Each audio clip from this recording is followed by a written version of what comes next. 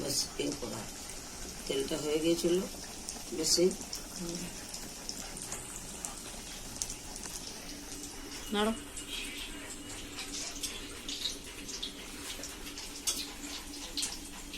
দেখো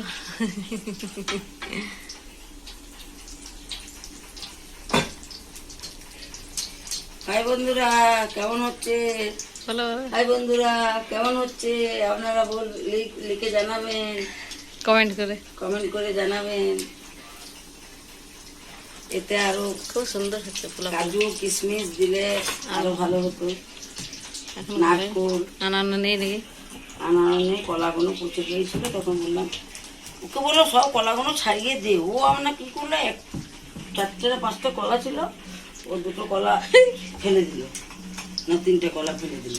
কি হয়ে গেলি মনে মনে চিন্তা কর।